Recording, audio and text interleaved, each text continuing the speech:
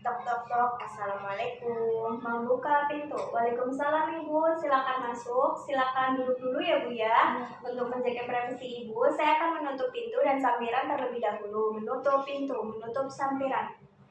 Perkenalkan Ibu, nama saya Bidan Uci yang bertugas pada pagi hari ini. Sebelumnya dengan Ibu siapa? Ibu Fitri, Baik Ibu Fitri, umur berapa? 26 tahun. 26 tahun ya Bu. Ada yang bisa saya bantu Ibu?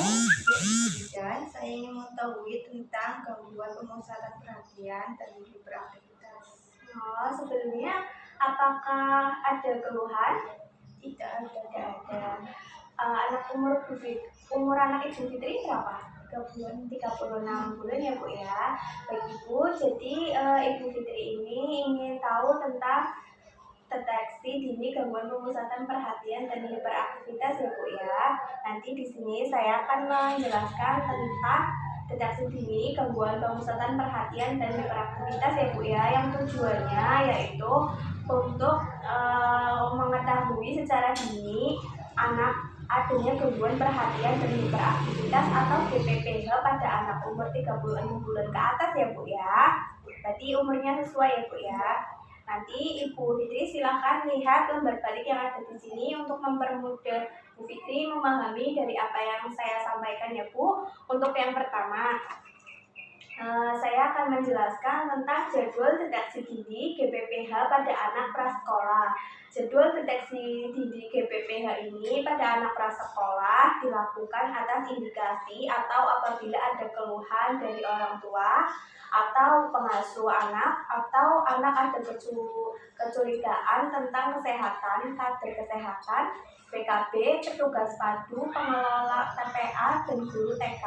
Lalu ada keluhan tersebut dapat berupa salah satunya atau keadaan di bawah seperti anak tidak bisa duduk dengan tenang, lalu anak selalu bergerak tanpa tujuan dan tidak mengenal lelah. Lalu ada perubahan suasana hati yang mendadak atau impulsif ya Bu ya. Untuk selanjutnya saya akan menjelaskan alat atau sarana yang diperlukan dalam deteksi dini GPPH pada anak prasekolah. Yaitu ada alat yang digunakan adalah formulir deteksi dini gangguan pemusatan perhatian dan hiperaktivitas atau GPPH ya Bu ya. Untuk selanjutnya di sini Ibu, untuk selanjutnya saya akan melakukan tes deteksi dini GPPH. Nanti silakan Ibu jawab sesuai dengan keadaan atau kondisi anak Ibu ya Bu ya. Nanti bisa dijawab dengan jawabannya atau tidak ya Bu. Untuk pertanyaannya, yang pertama, apakah anak tidak kenal lelah atau aktivitas yang berlebihan? Tidak ya. Apakah anak mudah menjadi gembira impulsif? Tidak Bu. Tidak ya. Apakah anak suka mengganggu anak-anak lain? Tidak ya. Apakah anak gagal menyelesaikan kegiatan yang telah dimulai tentang perhatian pendek kayak gitu? Tidak ya. Lalu menggerak-gerakkan anggota badan atau kepala secara terus-menerus? Tidak ya. Lalu apakah anak kurang perhatian atau mudah teralihkan? Tidak ya. Lalu apakah permintaannya itu harus segera dipenuhi atau mudah menjadi frustasi? Tidak ya. Lalu apakah anak sering mudah menangis? Tidak ya. Lalu apakah suasana hatinya mudah berubah-ubah dengan cepat dan drastis? Tidak ya. Lalu apakah anak ini meledakan kekesalan atau tingkah laku ekspulsif dan tak terduga? Tidak ya. Lalu baik Ibu, dari jawaban tadi Ibu, dari hasil deteksi dini GPPH yang sudah saya lakukan, tadi tidak ada jawabannya ya Bu, berarti nilainya itu 0 ya Bu. 0 itu berarti artinya itu anak Ibu tidak ditemukan adanya gangguan pada anak Ibu.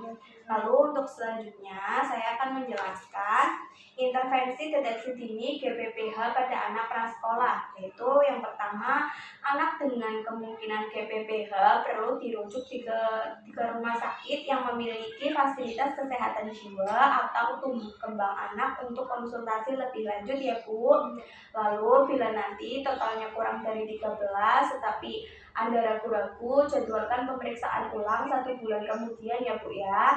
Lalu anjurkan pertanyaan kepada orang-orang terdekat dengan anak, bisa orang tua, pengasuh, nenek, guru, dan sebagainya ya Bu ya.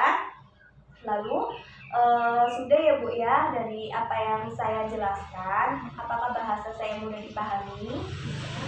Saya baik Ibu, untuk mengukur sejauh mana Ibu bisa memahami dari apa yang saya sampaikan, saya akan melakukan evaluasi ya Bu ya. Saya akan memberikan pertanyaan. Tadi alat atau sarana yang diperlukan dalam deteksi dini GBPH itu apa ya Bu ya? Formulir, gangguan, pemusatan perhatian, dan beraktivitas. Iya betul sekali ya Bu ya. Sepertinya Ibu sudah paham ya Bu ya.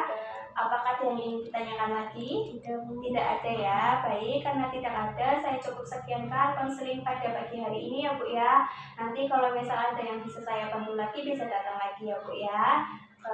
Terima kasih Bu. Mari saya angkat ke depan. Ya Bu.